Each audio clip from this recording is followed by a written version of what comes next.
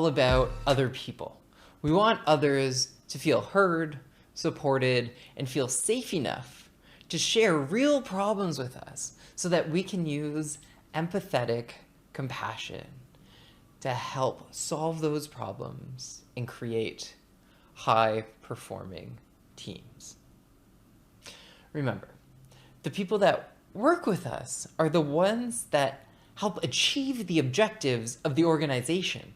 And in the same way that as leaders, we need to put on our air masks first with things like self-care so that we can really be there to support others, we also need to make sure that the people on our teams are putting on their air masks so that they can help support the team and the objectives of the organization.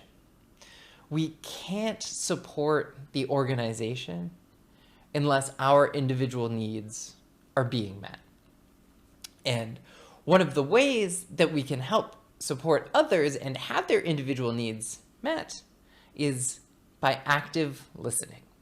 Remember, the goal of active listening is to help someone else feel heard. The focus is on them. What can we do to listen to them more, to really hear them?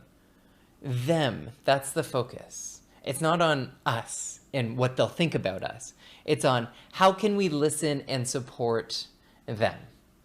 Tools that help with active listening are things like paraphrasing, validations, and tentifiers. Let's get into them. Paraphrasing and reflections are what we do when someone's talking to us and we want to make sure that we're really understanding what they're saying. So we do things like, okay, so what I'm hearing is X, Y, Z. And when we're repeating that to the person, we're not repeating verbatim what they've told us. We paraphrase what they've said and try to get to the essence of what they're saying so that they know that we really get them. There's a famous quote by George Bernard Shaw, who's a playwright, that goes, "The single biggest problem with communication is the illusion that it has taken place." By using a tool like paraphrasing and reflection, we're making sure that that communication is happening because we're saying back to the person, okay, so what I'm hearing is this. And then if they say no, we know that we haven't understood and we can go deeper to get to a better understanding. That's paraphrasing. Validations. Validations validate someone's feelings. So if somebody shares an emotion with us where they're like, oh, I am just super frustrated because my deadline got pushed forward and I'm not going to be able to meet it, we can say, that's totally normal to feel frustrated. And what we're doing then is we're validating their emotions. There's this tendency that people have to, instead of validating somebody's emotions, to try to fix them. To be like, oh, that's not so bad. You'll get it done. You're smart. But what people need in that moment when they're having a strong emotion is to be validated. You don't need to fix it. You just need to tell them that what they're feeling is normal.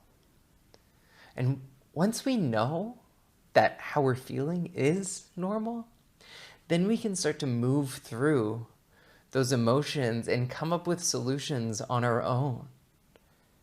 So the next time somebody comes to you with a really strong emotion, just tell them, hey, it's totally normal to feel that way.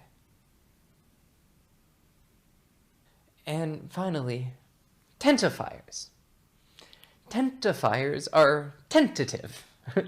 They're tentative statements that we use so that we're not making any assumptions about what the other person is saying.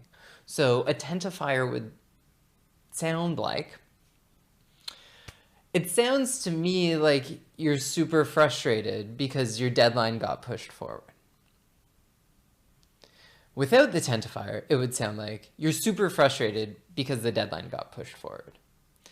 Without the tentifier, we're telling somebody how they feel, and nobody likes being told how to feel. But if we're noticing these strong things coming up in people, we can say, hey, it seems like, hey, I wonder if. And those tentative statements keep the other person in power and allows them to continue sharing because we're not telling them what they're feeling, so they're not getting defensive. Use tentative statements to not make assumptions about what's going on for somebody else, but to get deeper into the actual truth of the matter.